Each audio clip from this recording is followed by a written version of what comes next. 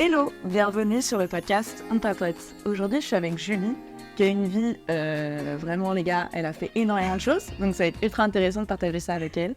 Et bien évidemment, si tu apprécies la vidéo, si tu apprécies mon projet, tu peux liker, commenter, partager. Ça prend 2 minutes, mais moi, ça me permet d'être visible et de donner de la force un petit peu à mon projet. Donc je te fais des bisous et c'est parti, let's go. Hello Julie. Salut. Voilà, donc pour remettre un peu dans le contexte, on se connaît d'une soirée organisée par une amie à nous. C'est ça. Et qui m'a permis de te contacter par la suite. Ma voisine, en fait. Oui, c'est ça, ta voisine au final. Puisque tu as un petit mode de vie assez particulier. Enfin, tu as une vie plutôt assez particulière. Atypique. Beaucoup d'aventures. Non, mais beaucoup d'aventures quand même. Donc, je vais te laisser te présenter et me dire, sous forme de points, un peu ce par quoi tu es passé et ce qui fait la personne que tu es aujourd'hui. Ok. Bon, déjà, on est à Bordeaux, mais je ne suis pas bordelaise. Je suis née à Aix-en-Provence. Ouais.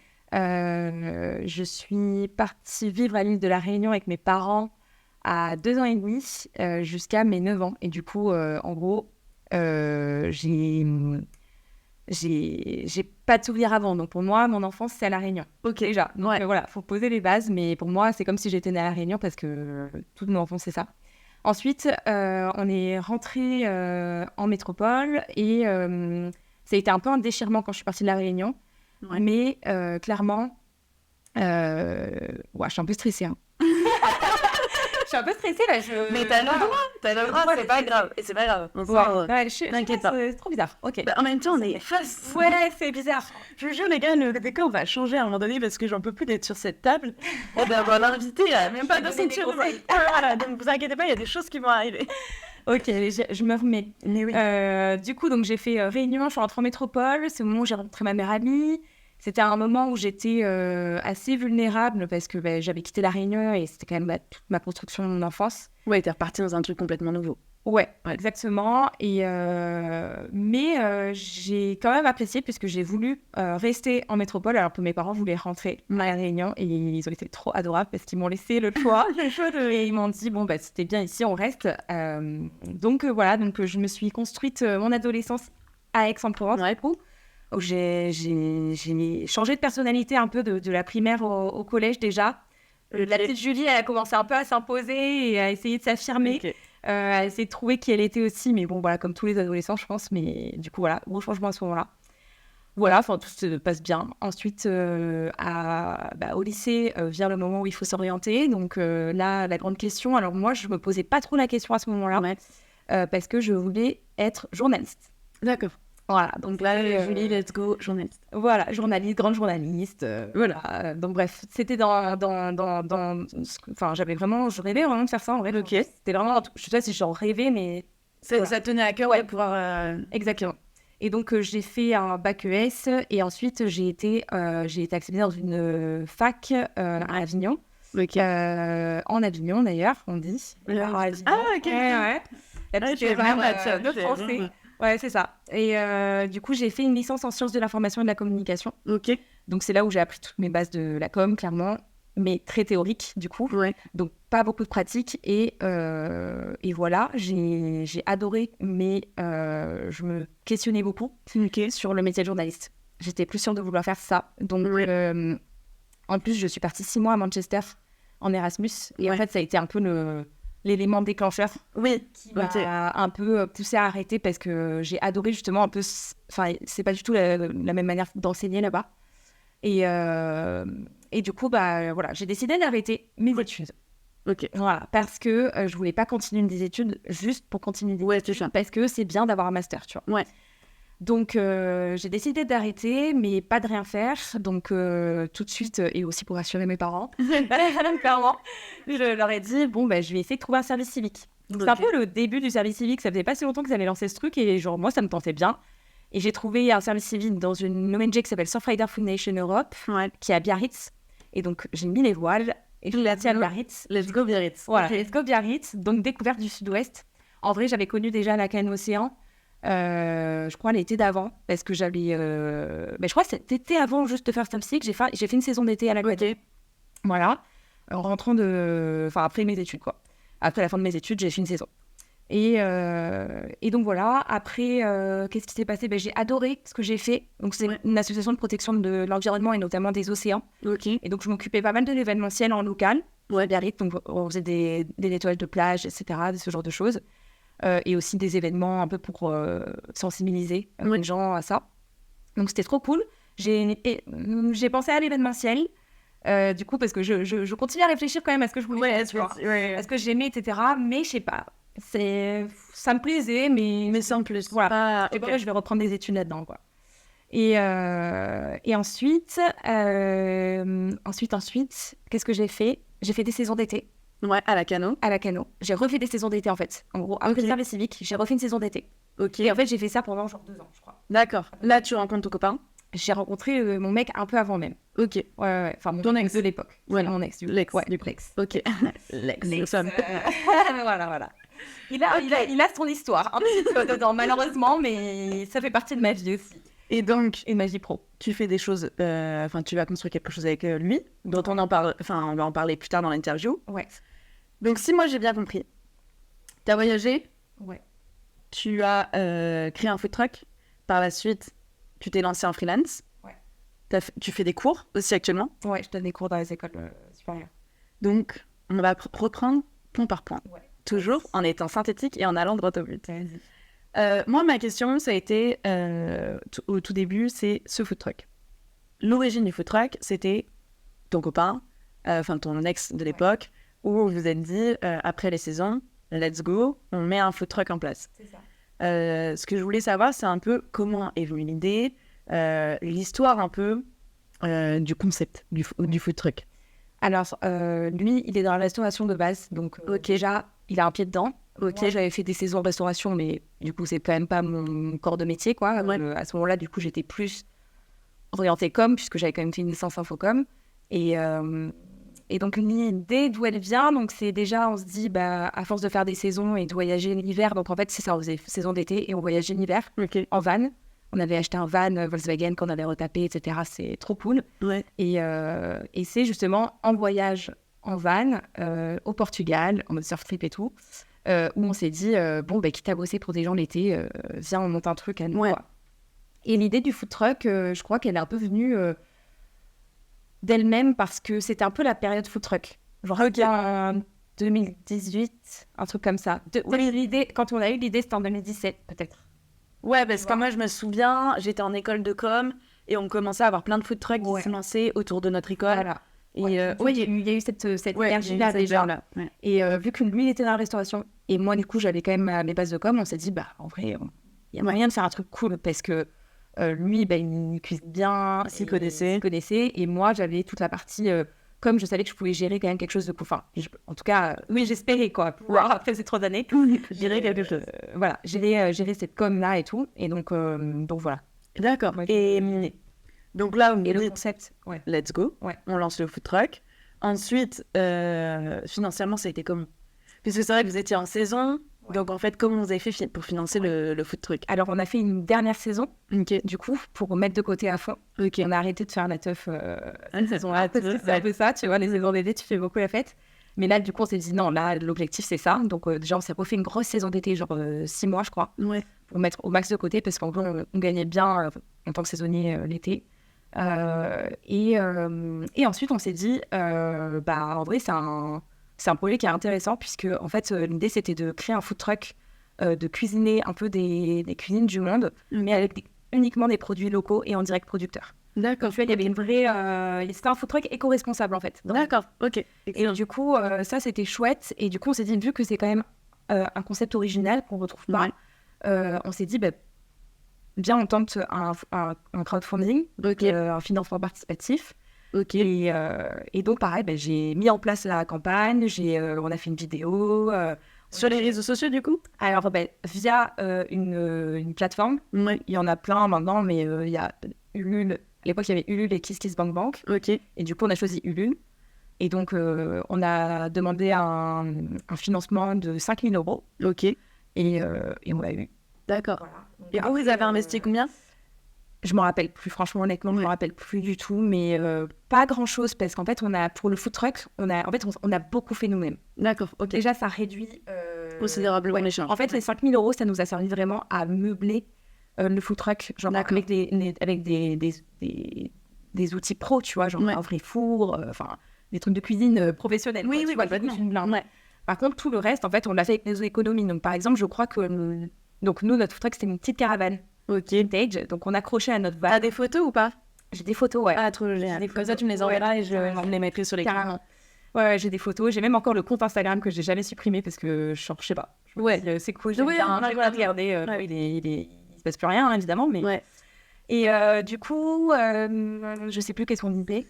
Donc, le financement du food truck, tu passes par une... comment t'as dit? Un crowdfunding. Un crowdfunding. Ouais. Donc là, vous trouvez l'argent pour financer votre food truck. Ouais. Enfin, du coup, pas le food truck, mais ce qui va aller à l'intérieur. Ouais, ce qui va à l'intérieur. Ouais. Donc après, le reste, c'est vous qui investissez. On a acheté donc, la vieille caravane vintage, mais du coup, je crois que c'est une caravane des années 60-70. Ouais.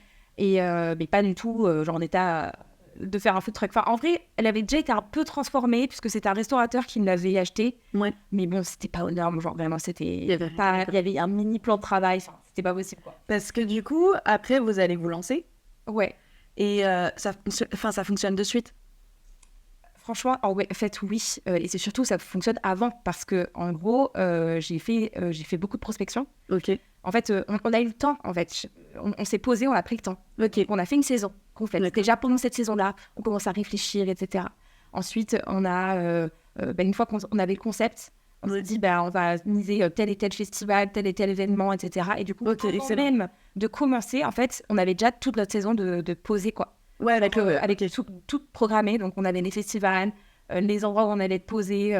On n'avait pas beaucoup ça, mais on faisait plus de l'événementiel. Ouais. Mais voilà, les mariages ou les baptêmes, ce genre de choses. Et ça a été l'éclate, l'expérience, tu l'as vraiment aimé? Écoute, c'était de A à Z, c'était vraiment cool, à part l'expérience avec mon mec, du coup. Et voilà, c'est ça, on pourra en reparler. Oui. Mais oui, de A à Z, j'ai adoré, mais j'ai préféré la partie avant. Ouais, dans le truck. Ok. Juste toute la partie, justement, je sais pas si tu veux que je développe sur ça, mais maintenant ou plus tard. Ouais. Mais sur la partie, c'est-à-dire sur la partie de... toute la création, en fait, du branding et du site et de la com, en fait, parce que c'est, en gros, pour ce food truck, c'est là où j'ai décidé de créer par moi-même tout le branding, tout le site internet et la strat de com, au-delà de la prospection et de tout ce qui allait autour, tu vois. Mais je me suis dit, je vais tout faire moi-même parce que j'ai fait 3 ans d'études dans la com, ça va donc on va pas... Ouais, voilà, on va les utiliser. Exactement. Parce que au sein de ce projet, quelles ont été, pour toi, les plus grosses difficultés que tu as dû surmonter? Déjà, ça se passe jamais comme on veut. Ouais. Genre, il y a tout le temps un truc qui va pas. Okay. Tout le temps. Mais ça, en vrai, c'est pas que le food truck. Genre, c'est tout le temps, en fait. Genre, dans tout projet pro, quand t'imagines quelque chose, il y a toujours des merdes. Ouais, c'est ça. Tout le temps à gérer. Ouais. C'est un délire. Il y a toujours des merdes. Et t'as l'impression, vraiment, en fait, c'est des merdes où tu te dis, ah ben voilà. C'est fini, on arrête tout. Non, mais en fait, c'est que, genre, vraiment, t'as l'impression que tu ne peux plus continuer parce que c'est vraiment un vrai obstacle. Genre, en mode, votre caravane, elle sera jamais aux normes. Tu vois, par exemple. Ah oui, tu vois, parce que là, c'est genre des news horribles comme ça. Tu sais, t'es en mode, ok, mais on a commencé à la retaper et tout. Genre, on a eu la fin du crowdfunding. Enfin, genre, tu sais, genre, tout était, et genre, tu sais, t'as des nouvelles comme ça. Et en fait, non, tu vois, parce qu'en fait, à chaque fois, tu vas chercher nos ressources et tu vas chercher encore plus loin que ce putain de nom, tu vois. Ouais. Et souvent, il y a une solution. Ok, parce que vraiment un truc, il y a souvent une solution. Parce que ta plus grosse difficulté, là, c'était une, ça a été laquelle? Laquelle te ressort le direct? Bah non, ça va peut-être travailler avec son mec. Je pense, franchement, c'est plus dur à gérer au quotidien. Pour toi, c'est ce qui a tué la relation, sans rentrer dans les détails ni dans le perso? Ouais, clairement. C'est ce qui a tué ça allait déjà pas trop, je pense. Peut-être que c'est un peu, genre, c'était inconsciemment un peu le truc de la dernière chance dans notre couple. Genre, c'était en mode, ça va être trop cool, on va se motiver. On va se ressouder, on va recréer un truc ensemble. Ouais. Un peu comme les gens qui font des bébés pour ressouder. Ah, c'est horrible. On n'a pas choisi cette étape-là. Mais c'est quand même un bébé, mais c'est quand même un bébé que tu peux lâcher quand même plus facilement. Ouais, clairement. Donc voilà, donc je pense que c'est plus ça. Et en effet, ça a quand même... ça a joué, ouais. Enfin, c'est séparé à la fin de la saison, donc... donc là, vous avez fait qu'une saison. On a fait qu'une saison. C'est séparé. Ciao, bye bye. Ciao. Le food truck. 1 an et demi de travail pour 6 mois de travail. Mais est-ce que au moins t'as kiffé et tout, ou voilà, tu t'es dit, bon, c'était une expérience comme une autre. Enfin, une expérience comme une autre. Non, parce que tu as investi beaucoup de temps dedans. Mais c'est une expérience qui t'a vraiment plu au fond de toi. Ou tu l'as fait parce qu'au final, tu avais investi tellement de temps que tu t'es dit, bon, c'est bon. Non, en vrai, le projet du food truck tel qu'il était, on l'avait construit avec ce côté éco-responsable, en direct producteur, donc qui met en avant voilà, les produits locaux, enfin bref, quoi, bio, etc. Et puis ce côté caravane vintage que j'ai retapé, enfin voilà, c'était... Le projet me plaisait vraiment et dans le food truck, je me sentais bien, j'aimais bien. Par contre, je m'étais dit, je ferais pas ça toute ma vie, direct. Ok, toute ta vie, direct. Parce que du coup, c'est quand même très fatigant, il y a beaucoup de manutention, t'as pas trop de vie pendant une période de l'année. Après, normalement, t'es censé vivre sur le reste. T'aurais pu vivre sur le reste avec qui vous étiez fait? Plus, je pense pas la première année quand même. Ouais. Mais on n'a pas perdu d'argent, tu vois. On a revendu, on n'a pas perdu d'argent, on a même peut-être gagné un petit peu, tu vois, quand même. Ok, tu vois, on s'est remboursé et en plus, on a peut-être gagné un petit peu. Je me rappelle plus vraiment des chiffres, mais voilà, c'était bien quand même pour une première année, franchement. Mais en tout cas, voilà, chouette expérience. Mais surtout, une expérience révélatrice, tout de même. Oui, parce que ça, on va y revenir après. Révélatrice quand même. Parce que l'apprentissage que tu as eu de ce food truck, le plus gros, en fait, la plus grosse leçon que tu t'es prise à la fin de ce projet, où en fait, tu réalises que finalement, la relation ne continue pas, que le food truck ne va pas continuer.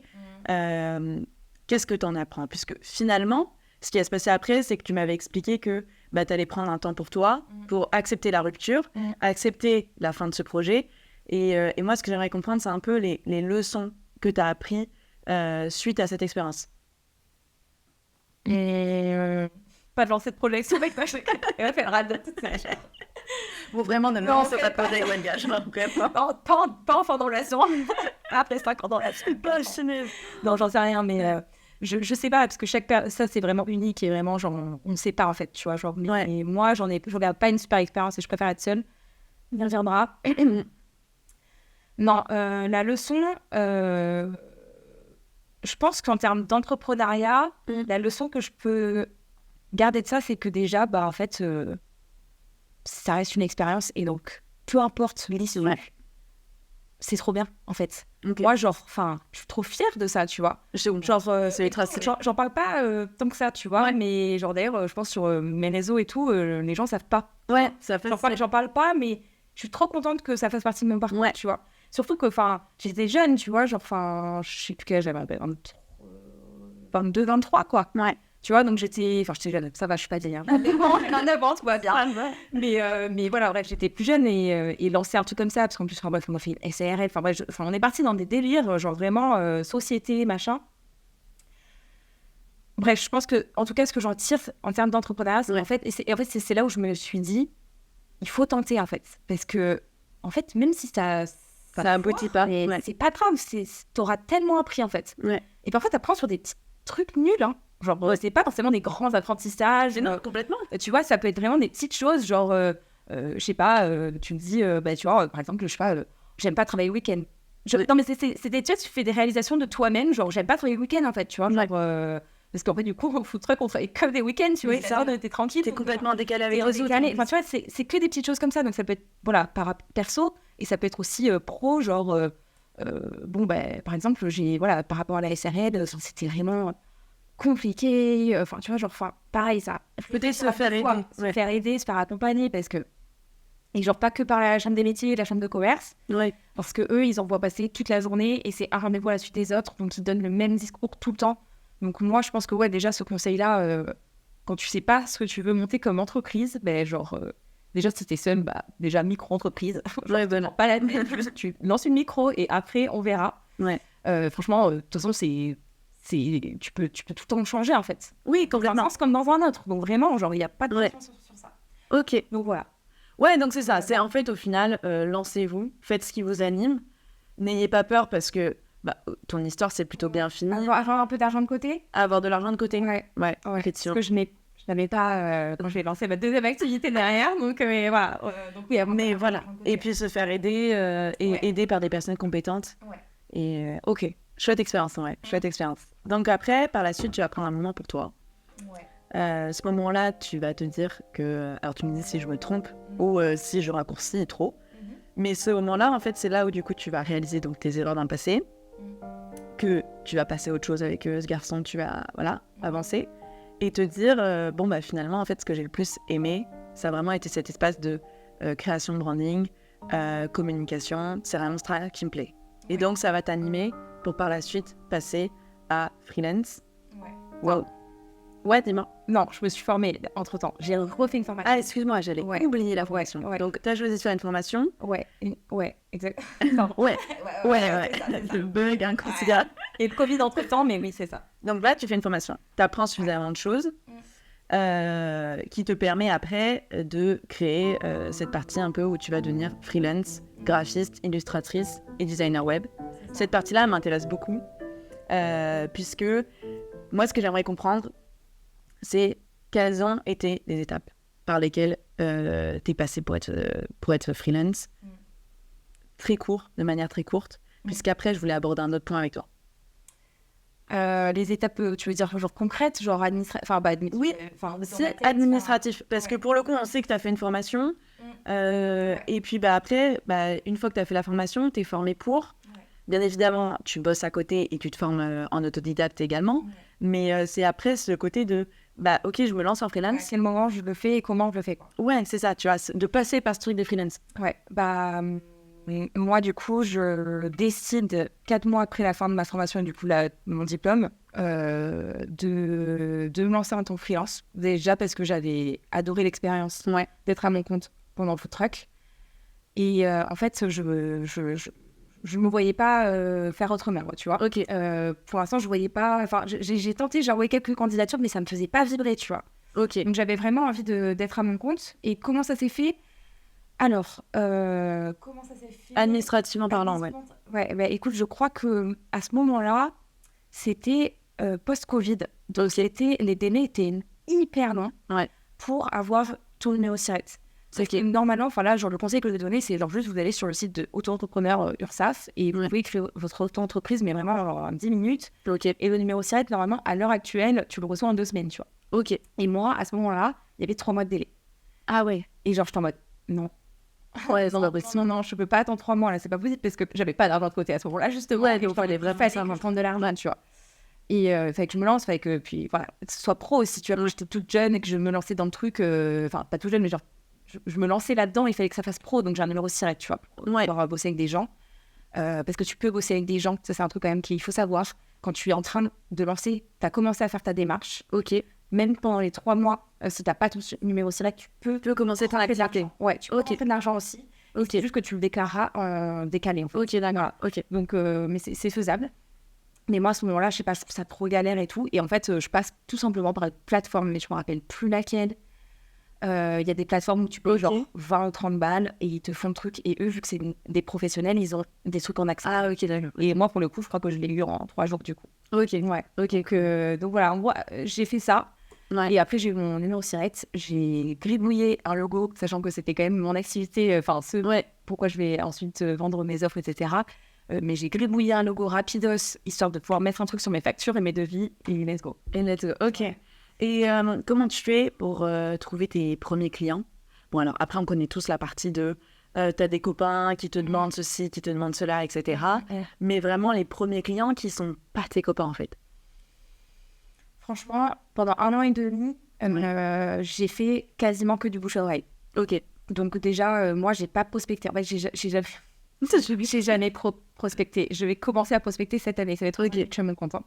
Ah oui. Ouais. Je vais commencer la prospection parce que je pense que c'est important. Ouais. C'est ton métier. Oui, c'est ça. Ouais, faut pas l'oublier.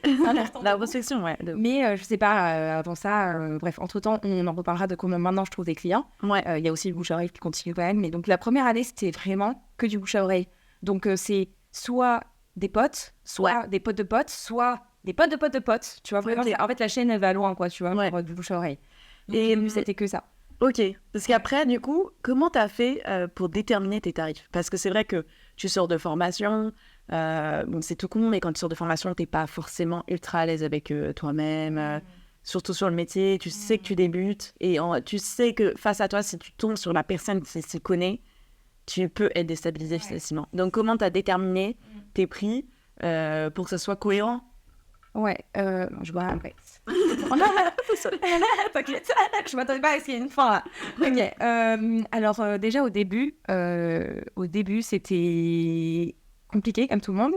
Donc j'ai regardé sur internet. Ouais, voilà. Voilà, j'ai regardé sur internet, j'ai fouillé, j'ai essayé de regarder. Alors moi, j'ai gardé un peu cette technique, c'est juste que j'ai augmenté mon tarif journalier au fur et à mesure. Donc j'ai commencé par juste en fait prendre un tarif journalier et essayer de calculer le temps que je vais mettre travailler sur tel projet. D'accord, ok. Et en fait, ça te fait un total. Ouais, voilà. Voilà, t'ajoutes le nombre de jours. Alors après, parfois, je facture pas à l'heure, moi, par exemple, tu vois. Ouais. Ça, c'est un truc que je fais jamais. Tu factures au nombre de jours? À la demi-journée. À la demi-journée, ouais. ok. Du coup, en fait, en gros, c'est où ça dure. Mes projets, c'est où ils me durent. Enfin, en gros, tu vois.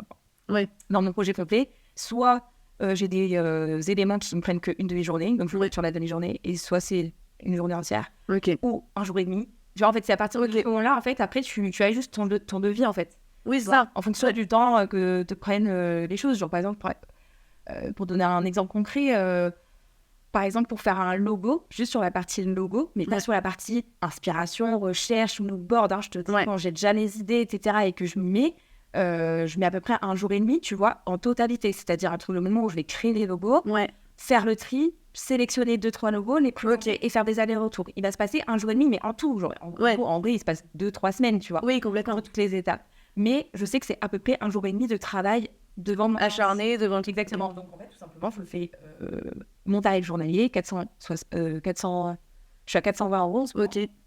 420 € fois un jour et demi. D'accord, ok. Voilà. Et, du coup, attends, 400 € fois un jour et demi. Ça fait quoi ça? Oui, parce que oui, pardon, faut que tu détermines le nombre d'heures de ta journée. Oui, c'est ça, parce que là, j'étais attends, 400 € fois quoi? Attends, non, c'est moi qui dis de la merde là. Attends, je suis en maths. Parce que attends, si tu fais payer 420 €. En fait, non, je fais payer 400 € jour, c'est ça. La journée, elle est à 400 € jour. Et après, je calcule le nombre de jours, pardon. Ok, donc demi-journée. Là, on va prendre un chiffre rond, ce sera très simple. Demi-journée, 200 €. Ouais, si je fais 400 €, demi-journée, 200 €. Ok, donc du coup, 400 plus 200. Ok, bon, c'est bon, j'ai compris. Donc là, aujourd'hui, t'es en vie, actuellement. Ouais. Ok. Avec mon activité à côté de formatrice. Ouais, pour le coup, on y revient. Voilà. C'est vrai. Mais oui, mais donc, donc voilà. Donc là, t'es en vie. Tu gagnes combien à peu près sur une échelle? En moyenne, il y a des mois où je peux toucher plus de 5 000. Je pense pas être je pense pas être allée aux 6 000 dans le mois. Après, c'est compliqué parce que tu sais, genre des fois, c'est. Mais bon, on va dire dans le mois. Jamais 6 000, je pense. Donc, je suis bien allée à 5 500. Et il y a des mois où j'ai 0. Donc voilà, donc ça, c'est plus compliqué. Mais du coup, les mois 5 500 qui permettent de rattraper ces mois à 0. Maintenant, ça arrive quand même de moins en moins. Voire rarement, voire très très rarement, j'ai du 0. Mais en moyenne, je pense que je suis à 2 000, 2 500. Ouais. Oui, non, 3 000 parfois. Enfin, ça dépend des périodes de l'année. Oui, ça va. C'est pas une moyenne 2 500, je pense. C'est une activité quand même qui reste avec un salaire stable et où tu peines pas trop. Ouais. Parce que, donc, suite à ton petit freelance, tu fais aussi des cours. Ouais. Et comment t'en es venue à faire des cours à des élèves, à devenir au final le bon terme et intervenante? Ouais, intervenante, c'est pas prof. Et pas prof, ouais. Exactement. Du coup, alors ça, c'est un truc de ouf, parce que j'ai eu de la chance, en vrai. J'ai été contactée par une agence de recrutement de formateurs sur LinkedIn. Ok, donc tu as été démarchée par LinkedIn. D'accord, par une agence de recrutement de formateurs.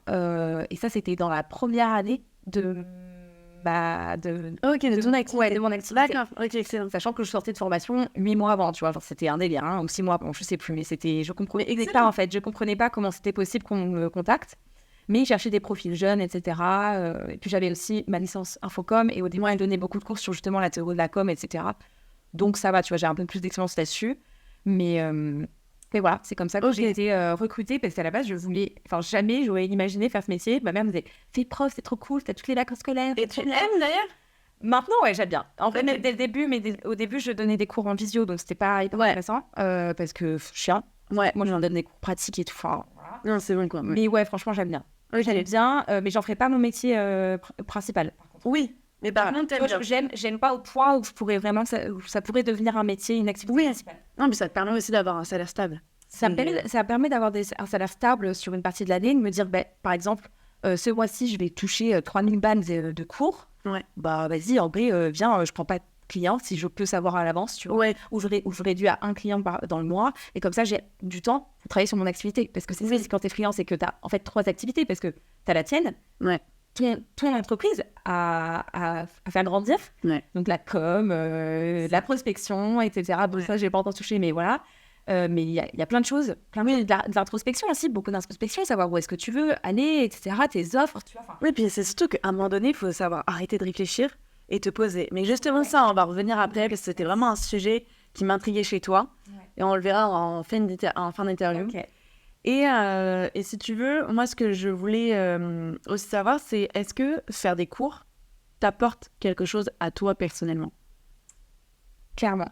Ouais. Ah ouais, non, mais ça doit t'apporter de la créativité ou des choses comme ça. En fait, ça a été game changer, vraiment, déjà dans la confiance en moi par rapport au métier que je fais. D'accord. En fait, c'est pas pareil de faire ton métier tout simplement, hein, ce qui est très bien. Hein, ouais.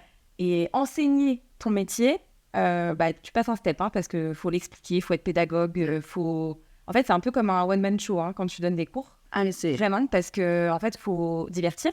Enfin, j'exagère, mais c'est un peu... Oui, mais c'est quand même... C'est ça, et t'écoutes plus. Il faut que tu attires l'attention. Il faut que tu gardes cette attention. Oui. Il faut que tu intéresses. Donc, pour moi, c'est une vraie représentation. Oui. Et donc, ça m'a apporté beaucoup sur cette partie-là, donc confiance en moi, réussir à parler de mon travail, convenablement, professionnellement parlant, et l'expliquer vraiment avec des mots justes. Ça a été super. Et personnellement, confiance en moi, clairement. Ouais. Je vais revenir là-dessus, mais surtout, prise de parole en public. Ouais. Ça se voyait pas au début de la vidéo, mais c'est pas pareil, là. Ouais, c'est ça. mais en gros, je suis quand même assez à l'aise à parler en public, etc. Et genre des trucs, par exemple, vraiment, je fais de la danse, et à la fin de l'année, là, ça fait quelques années que je fais de la danse, enfin, j'ai toujours fait de la danse en vrai, mais genre du coup, fin d'année, spectacle de fin d'année. Cette année, j'étais pas stressée. Ouais, parce que... en fait, j'ai pas tilté tout de suite. Ouais. Genre, je crois le lendemain, je suis en mode, mais je crois que je sais pourquoi. Oui, c'est ça. En fait, genre, je suis tellement habituée à être avec des gens qui me regardent comme ça. Ouais. Tu vois? Il y a que moi qui parle, et les gens, ils sont là, ou il y en a, ils sont comme ça. Genre, et tu dois te dire, tu vois? Et du coup, non, mais tu vois, enfin, je veux dire, en fait, c'est rare. Mais quand même, genre, en fait, c'est face à un public qui parfois se fait chier, qui parfois est hyper attentif et parfois qui pose plein de questions imprévues. Donc il faut que tu puisses réagir. Enfin, en gros, c'est quand même un truc assez stressant. Au début, je stressais beaucoup quand je donnais des cours. Heureusement que je suis quand même assez à l'aise à l'oral et donc ça allait. Mais maintenant, je vais en cours. Voilà. Détente. Ouais, détente. C'est un peu le moment détente. Franchement, c'est détente et j'aime trop. Genre, je rencontre des gens. C'est trop cool. Voilà, et puis je peux les accompagner à côté aussi. Enfin, tu vois, genre, les étudiants, ils me contactent. Ouais, c'est trop cool. Tu vois. Non, c'est surtout que, tu vois, quand t'es prof intervenante pour des étudiants, généralement, tu tombes quand même sur des gens qui sont intéressés par ta matière. Sinon, ils font pas les études. C'est plus simple que quand t'es simplement prof au collège ou lycée, où tu sais que là, t'es face à des gosses qui vont te faire suer, tu vois. Et je suis prof de branding ou de création de site, donc... Voilà. C'est cool aussi comme activité. C'est bien spécifique, tu vois. Donc les étudiants, ils kiffent parce que soit ils aiment trop, soit ça leur change de ce qu'ils font, actuellement, parce qu'ils sont... je peux donner des cours dans des classes, par exemple, qui sont en com, marketing, ce genre de choses. Donc ils font pas forcément ça. Voilà, et ça change un peu aussi. Au moins, c'est bien théorique. Ouais, et pratique. Nous allons passer à la phase fin d'interview. Ouais. Fin d'interview, c'est un peu, si tu veux, des questions que j'ai eues, moi, en t'écoutant, parce qu'on a bien évidemment échangé avant l'interview, puisque c'est la première invitée que je ne connais pas. Enfin, du moins pas personnellement, comme ce que j'ai pu avoir précédemment. Et il y a des choses qui m'ont titillée, parce qu'il y a des choses qui m'ont parlé. Je suis dans la même phase que toi aujourd'hui. J'ai plein d'activités. Et personnellement, j'ai énormément de difficultés à gérer mon temps, à gérer tout ça et à être partout à la fois. Et des fois même, je craque parce que en fait, je me sens complètement débordée. Et je me suis toujours dit, mais en fait, est-ce que elle ressent la même chose que moi? Est-ce que avec tout ce qu'elle fait, de temps en temps, elle se dit pas, punaise, mais tu vois, c'est bon, c'est lourd, quoi, à un moment donné. Et à la fois, je voudrais jamais revenir à ma vie d'avant et de me dire en rentrant du boulot, j'ai rien à faire, je me pose juste devant une série et je bouffe, quoi. Ça me tenterait pas. Mais bon... Alors, oui, ça m'arrive. Ça m'arrive, franchement, je pense que ça arrivera toute ma vie. Enfin, je veux dire, je pense pas qu'un jour ça n'arrivera plus, parce qu'il y aura toujours des projets, toujours des choses nouvelles, toujours des engagements nouveaux et toujours des pressions nouvelles. Mais par contre, il y a une grosse différence avec quand j'ai commencé maintenant. Vraiment. Déjà, j'ai réussi à mettre des priorités. Et donc là, il y a des priorités non négociables. Tu vois. D'accord. Déjà. Il y a des choses que je fais plus. Travailler les week-ends exceptionnellement, oui. Pas tous les week-ends, c'est pas possible. Sur ça, c'est non. Tu vois, d'accord, c'est des non. Le soir, pareil. En fait, après, c'est vers un rythme. Par exemple, moi, je sais que je suis pas du matin et je suis pas du soir. Ça devient compliqué. C'est compliqué. Heureusement que je suis à mon compte et que je peux gérer. Donc, moi, je commence mes journées de travail à 10h, milieu de matinée. Je suis une meuf de milieu de journée, en fait. Moi, je suis une meuf de 10h. Je vais faire un rush 10h, 14h. Après, je vais manger à 14h. Alors, bon, c'est 13h30, mais bon, bref. Voilà. Et quand j'ai fini mon focus, voilà. Ensuite, je fais une petite pause. En règle générale, je mange, je prends le temps de chiller, voilà. Et je m'y remets. Et après, là, je compte pas vraiment, mais c'est vraiment en termes d'énergie. Je suis d'accord. Je sais que je vais mettre, par exemple, mes tâches les plus urgentes le matin. Ah ouais, et urgentes et les plus énergivores. Tu vois, le matin, quand j'ai vraiment besoin d'être concentrée. Et après, l'après-midi, en fait, pour moi, l'après-midi, c'est du plus. Tu captes? Donc, j'ai déjà fait mes 4 heures de taf, focus. Et du coup, je fais ma pause déj, et après, quand j'ai envie, je m'y remets. Donc, déjà, il n'y a pas de pression. Genre, je suis pas en mode, oh putain, ça fait 30 minutes, il faut que je m'arrête. Parfois, je bouffe en 15 minutes et je m'y remets. Est-ce que j'ai de l'inspi? Parce qu'après, j'ai l'énergie. Parfois, je suis comme ça pendant 1h30 sur mon canapé, tu vois.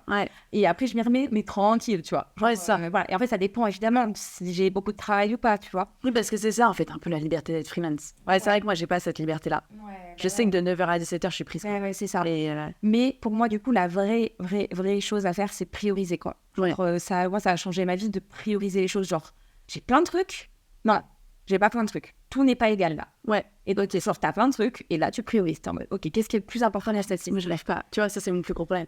Moi, c'est que pour moi, tout est prioritaire. Non, ça, c'est pas possible. Voilà. En fait, ça, c'est pas possible. C'est impossible. Là, tu dois...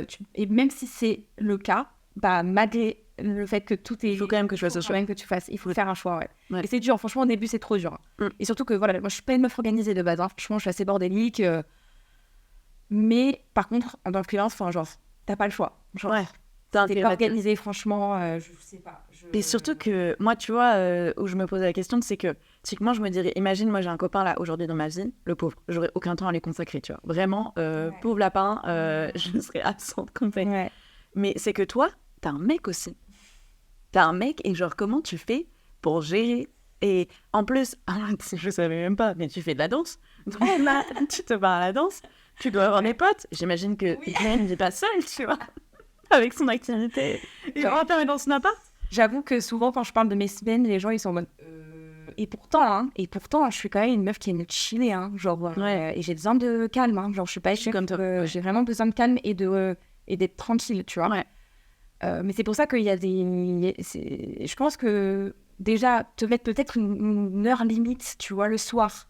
Tu vois, en fait, déjà, quand j'ai la danse, je suis en mode... j'ai pas le choix. J'ai dansé. Donc, j'y vais, tu vois. Je sais plus. Justement, ton copain... en fait, comment gérer ton copain, ta vie sociale, déjà, on vit ensemble. C'est déjà... L'avantage, c'est que... Il est sur les lieux. Et à son compte. Il est... à son compte également. Ok, pratique. Donc, on se voit quand même assez souvent. Parce qu'après, lui aussi, il donne des cours. Donc, voilà. Mais il y a une bonne partie de l'année où... quand même plusieurs jours dans la semaine où on est dans le même bureau ensemble. Oui, voilà. On est dos à dos. Ok. Lui est un peu plus diverti que moi. Moi, quand je bosse, souvent, je suis assez focus. Ok. Il est là, oui, Julie, et moi, je suis en mode, stop. Je bosse. Tu vois, genre, quand je dis, là, j'ai pas le temps et tout, il me laisse tranquille. Mais bon, c'est cool. Enfin, tu vois, on est ensemble quand on taffe, pas tout le temps. Et en fait, on est assez... Après, ça dépend des personnalités, je pense, tu vois. Mais on est assez genre... On a besoin d'espace à nous aussi, tu vois. Et du coup, même en dehors du taf, on fait plein de trucs séparément. D'accord. Ok. Il va à la danse, il va geeker sur Rocket League avec ses potes, tu vois, genre... on a notre petite vie, en fait, chacun sa petite vie, et puis on se retrouve ensemble, genre pour faire des activités ensemble quand on a envie de faire des activités ensemble. voilà. Le week-end, tu vois, genre on se consacre quand même des plages horaires. Et le week-end, tu bosses pas du tout. Là, par De exemple, manière j'ai générale. bossé. Le week-end dernier, j'ai bossé, tu vois. Mais de manière J'ai un générale. rush, tu vois. Ouais. Mais quand j'ai un rush, oui, j'ai pas le choix. Et en vrai, ça me dérange pas du coup. Ouais, Tu vois, ok. enfin, je suis en mode, ce week-end-là, je bosse. Donc, voilà. Et tes potes, t'arrives à réussir à les voir en semaine ou c'est vraiment la semaine, je suis avec mon mec, mes activités. Franchement, moi, je suis un peu YOLO, hein, genre, Ok. moi, la semaine, ça peut aller assez... Et parfois, genre, après, c'est aussi ça, quand t'es pas une période de rush et tout, Ouais. moi, je peux voir mes potes en semaine, on se fait une grosse teuf en semaine et je finis à 6h du mat, mercredi matin, tu vois, je suis en mode, ouais, ok. Bon, Voilà, moi, mon moins, rêve de franchement, pouvoir faire ça. Ça arrive quand même moins. Genre, Ouais. j'ai 29 ans, je pense que j'ai quand même un peu évolué là-dessus, mais non, mais en fait, j'ai quand même ce côté un peu YOLO. J'aime bien, en fait, ça sert à rien d'être freelance si c'est pour avoir un rythme de salarié, en fait. Ouais, c'est ça. Tu vois, donc en fait, je m'octroie ces libertés-là Ok. quand je le peux. Mais après, oui, globalement, mes potes, de toute façon, soit ils sont aussi salariés de leur côté, ils bossent, enfin, ils ont leur activité, donc on peut se voir en semaine de temps en temps, mais souvent, ça reste un verre, tranquille, tu vois. Oui, chill. Et Ouais. après, on se voit le week-end aussi, tu vois. Ouais. Mais déjà, c'est pas tous les week-ends aussi. Parfois, je vois pas mes potes tous les week-ends. Genre, je les vois... Il y a des week-ends où genre, juste, je fais rien, je suis chez moi. Et voilà, mec, où je suis toute seule, je vais me balader, je vais faire des activités, je vais faire du yoga, je vais faire des trucs. Enfin, tu vois, genre... Oui, voilà, tu fais ton truc. Je fais mes bails, tu vois, genre... Parce que des fois, il y a des week-ends où il y a rien de prévu, quoi, tout simplement. Ouais. Non, correct. Voilà. Et là, on passe au petit jeu. Là, le fameux jeu, ok? Donc, sachant que l'interview est déjà assez longue et j'espère qu'il en reste quelques-uns encore ici, on va passer sur des questions où en fait, tu dois juste répondre le plus vite possible, enfin le plus vite possible. En fait, un peu du tac au tac, sachant que c'est des questions qui sont compliquées. Enfin, compliquées, peut-être pas quelque chose de... Ouh. Au top. Mais ce qui m'intéresserait, c'est, selon toi, c'est quoi pour toi le bonheur? De ta vision. On est en anti-jugement, etc. C'est ta propre vision du bonheur. La liberté, Ouais. parce qu'elle me guide depuis toujours. La preuve, hein, c'est que mon parcours, il est quand même teinté de liberté tout le temps. Donc, j'ai besoin de liberté pour être heureuse. J'ai besoin de temps pour moi aussi. Ouais. Et globalement, c'est quoi le bonheur Franchement, ça serait ça pour en fait, toi. je pense que c'est ça. Et c'est surtout en fait, savoir ce que nous, on aime, tu vois. Ouais. Genre, qu'est-ce que j'aime moi et du coup, qu'est-ce que je peux mettre en place dans ma vie Ouais. même si c'est pas grand-chose, tu vois.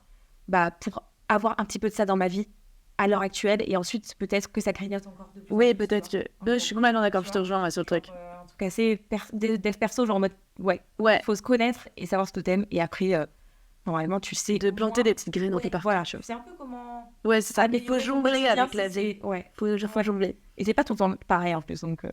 C'est vrai, ça évolue tout le temps. Et il faut accepter. Ça, l'acceptation. C'est clair. C'est quoi pour toi, selon toi, la vie parfaite? La vie parfaite, comment tu la vois? Toujours à mon compte. Ouais. C'est plutôt pas mal, hein, du coup. Ouais. Toujours à mon compte. Peut-être, pour moi, la vie parfaite, c'est avoir du temps pour soi, encore une fois. Hein, en fait, moi, en fait, j'aime trop faire plein de trucs, tu vois. Genre, je suis multipassionnée. Et le problème, c'est que on manque de temps quand on est multipassionnée. Ouais. Du coup, il faut prioriser aussi dans ces multipassions, tu vois. Encore une fois, la priorité. Ah ouais, voilà, ça, faut prioriser aussi. Enfin, moi, en tout cas, j'ai réussi à le faire et me dire, ça, malheureusement, je vais pas pouvoir tester maintenant, ça sera peut-être plus tard.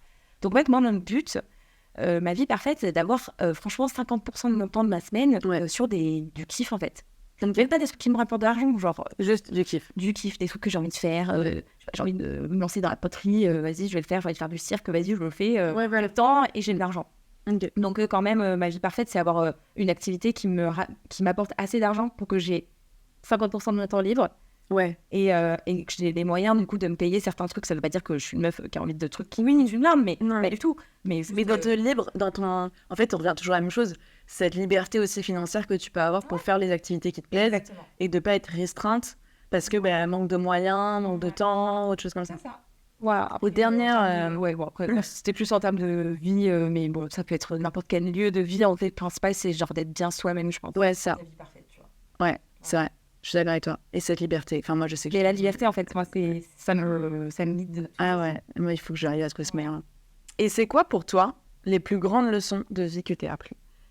Sur ton parcours, en fait, même pas les plus, tu peux juste en citer une, mais le truc qui t'a le plus marqué. Déjà, pense que